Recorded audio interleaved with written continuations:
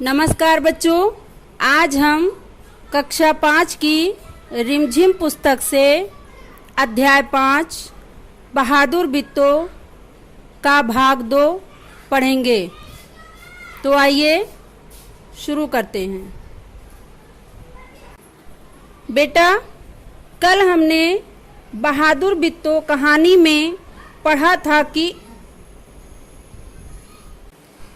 बिट्टो ने किसान से कहा कि तुम फौरन खेत में जाओ और शेर से कहो कि मेरी बिट्टो तुम्हारे खाने के लिए एक घोड़ा लेकर आ रही है। तो आइए देखते हैं कहानी में आगे क्या हुआ। किसान डरता डरता शेर के पास गया। उसने शेर से कहा, शेर राजा, हमारी गाय तो बड़ी मरियल है, उससे तुम्हारा क्या बनेगा। मेरी बीवी अभी तुम्हारे लिए एक मोटा ताज़ा घोड़ा लेकर आ रही है। बिट्टो ने सिर पर एक बड़ा सा पगड़ बांधा और हाथ में दराती लेकर घोड़े पर सवार हो गई। घोड़ा दौड़ाती वो खेत पर पहुंची और जोर से चिल्लाई,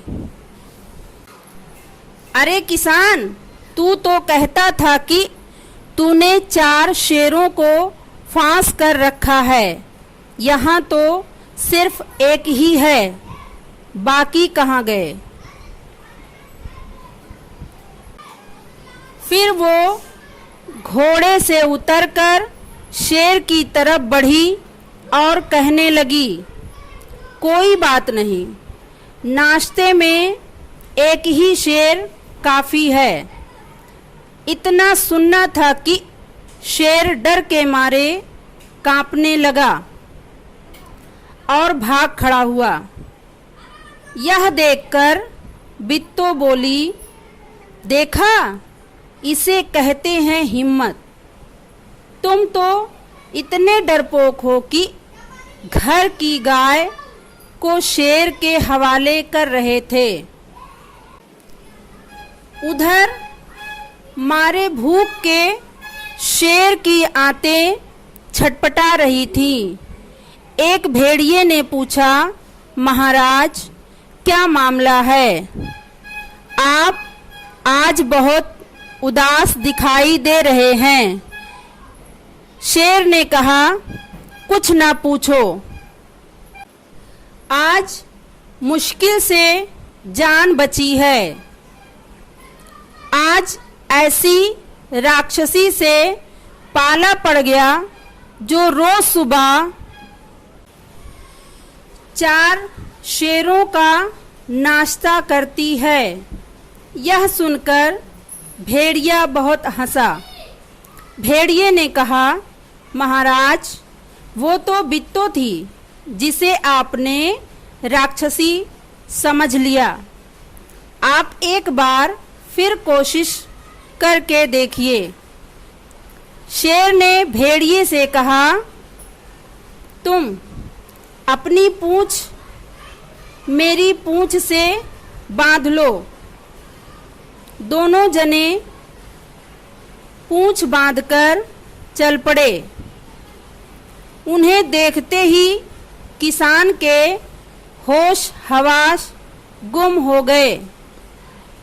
लेकिन बिट्टो बिल्कुल नहीं घबराई और शेर के पास जाकर बोली, क्यों रे भेड़िए, तू तो मुझसे वादा करके गया था कि तू अपनी पूंछ से 4 शेर बांध कर लाएगा, लेकिन तू तो एक ही शेर बांध कर लाया, वो भी मरियल सा।